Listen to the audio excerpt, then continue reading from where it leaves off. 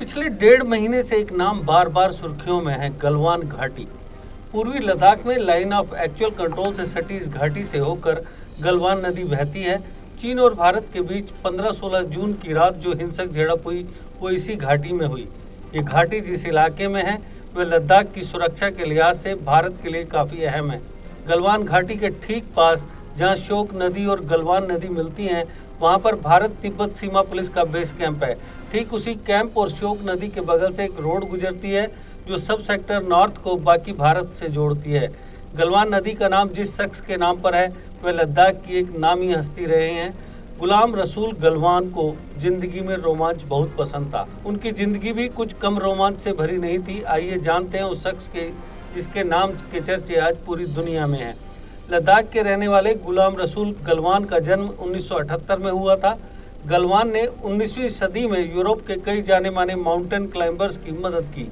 उन्होंने अपनी किताब सर्वेंट्स ऑफ साहिब में एक से एक अभियानों की डिटेल्स दी हैं। पहाड़ों से गलवान को खास लगाव था। काराकोरम रेंज हो या तिब्बत, झारखंड के इलाके, पामीर के पठार हो, मिडिल ईस्ट के ऐसे ही जोखिम भरे इलाके, गलवान ने कई दुर्गम जगहों पर पांव रखे। इन इलाकों तक पहुंचना आसान नहीं। कुछ कुछ जगह सी लेवल से 5000 से 7000 मीटर की ऊंचाई पर हैं, जहां ऑक्सीजन की भारी कमी होती है। ये वो इलाके हैं जहां आप ठीक से कपड़े न पहने हों तो सिर्फ 10 मिनट में हाइपोथर्मिया हो जाता है। गलवान इस मुश्किल को चुनौती की तरह लेते थे। गलवान ने अपने समय के नामी पर्वतारोहियों और जियोलॉजिस्ट की मदद की। 1887 में वह मेजर एच.एस. गॉडविन ऑस्टिन के साथ ट्रिप पर गए। ऑस्टिन वो शख्स हैं जिन्होंने K2 की ऊंचाई का पता लगाया था, जो कि दुनिया की दूसरी सबसे ऊंची चोटी है। 1892 में गलवान के साथ डनमोर के 7वें अर्ल चार्ल्स मुरे भी एक मिशन पर गए थे।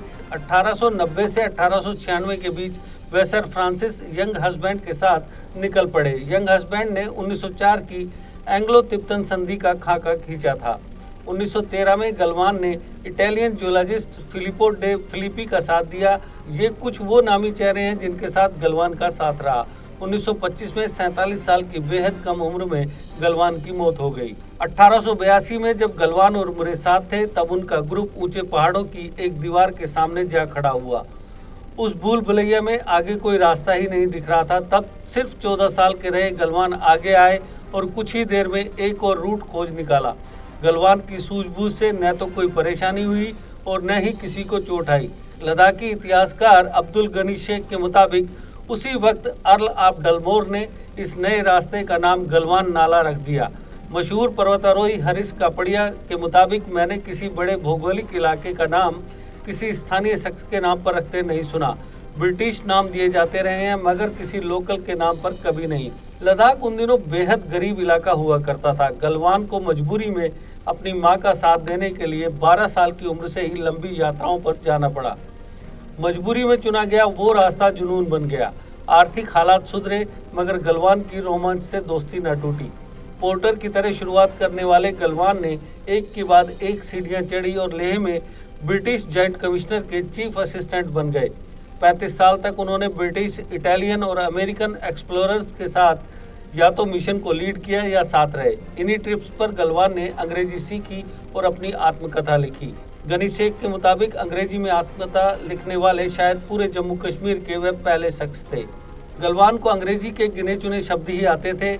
अमेरिकन एडवेंचरर रॉबर्ट बैरेट के साथ जुड़ने पर गलवान को अंग्रेजी में अपनी कहानी लिखने की धुन सवार हुई। गलवान टूटी फूटी अंग्रेजी में बैरेट से बात किया करते थे। धीरे धीरे गलवान ने अंग्रेजी लिखना बोलना सीख लिया। वह एक कागज पर अपने हर साहिब के साथ बिताए अनुभव लिखते और फिर उन्हें अमेरिकन एडिटर तक भेज देते। वह एडिटर कोई और नहीं, बैरेट की पत्नी कैथरीन थी। करीब एक दशक तक यूं ही अनुभवों के कैथरीन तक पहुंचने का सिलसिला चलता रहा। आखिरकार 1923 में कैम्ब्रिज के एक पब्लिशर ने गलवान की आत्मकथा छापी। इसकी भूमिका सर फ्रांसिस यंग हस्बैंड ने लिखी थी। गुलाम रसूल गलवान के पड़पोते अमीन गलवान कहते हैं कि घाटी में इन दिनों बहुत कुछ हो रहा है। उन्होंने कहा वो इलाका पिछले 200 से भी ज़्यादा साल से हमारा है। जंग कोई हल नहीं है और मसले को बातचीत से सुलझाना चाहिए। मैं मोहम्मद अमीन गलवान लेह से बोल रहा हूँ। मेरा दादाजी रसूल गलवान जो लेह में पैदा हुआ, लेह में 1888 में लेह में पैदा हुआ। हमारे दादाजी का घर यानी हमारा घर लेह में सेंट्रल एशिया म्यूज़ियम जो लेह में बहुत बड़ा एक म्यूज़ियम है, उसके सामने हमारा घर है। तो 1888 में वो पैदा हुआ, तो 1893 में वो अंग्रेज़ों के साथ काराकोरम रोड होते हुए गलवान नाला तक पहुंचा, जो कि अभी चीन और हिंदुस्तान उसके बारे में बहुत लड़ाई हो रहा है। तो वहाँ पे नाम कैसे लगा, उसमें एक छोटा सा एक स्टोरी है। तो गलवान नाला जाते समय ब्रिटिश के जो ट्रेकर और एक्सप्लोरर जो ना बीच में रास्ता भटक गया, तो रसूल गलवान का एक चैलेंज था कि उनको सही सलामत जगह पर पहुंचाने के लिए, मगर उन्होंने बहुत मेहनत के साथ उस नाले को पार करके सब कबीले को सही सलामत मंजिल तक पहुंचाया। तो डिमोर जो कि ब्रिटिश का एक एक्सप्लोरर और ट्रेकर है, सर फर्नांड यामसन और इसके कबीला को सही सलामत पहुंचने के लिए उन्होंने बहुत खुश हुआ। उन्होंने बोला आपको क्या इनाम चाहिए और क्या होना चाहिए, तो उन्होंने बोला मुझे कुछ इनाम नहीं चाहिए, इस जगह का नाम जो ना गलवान नाला होना चाहिए। तो उनका भी यही ख्याल था, अंग्रेज़ों का भी, कि इस जगह का नाम गलवान नाला रखेंगे। तो अभी चीन और हिंदुस्तान इस जगह के लिए 1962 से लड़ रहा है, और हमारे जवान हिंदुस्तान के जवानों ने 1962 में भी उनको दखल दिया। अभी भी हमारा जवान वहाँ से उनको पकड़।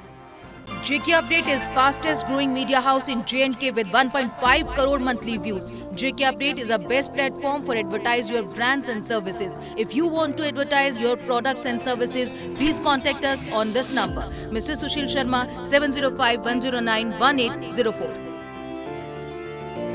JK Update. अपडेट रहें हमारे साथ।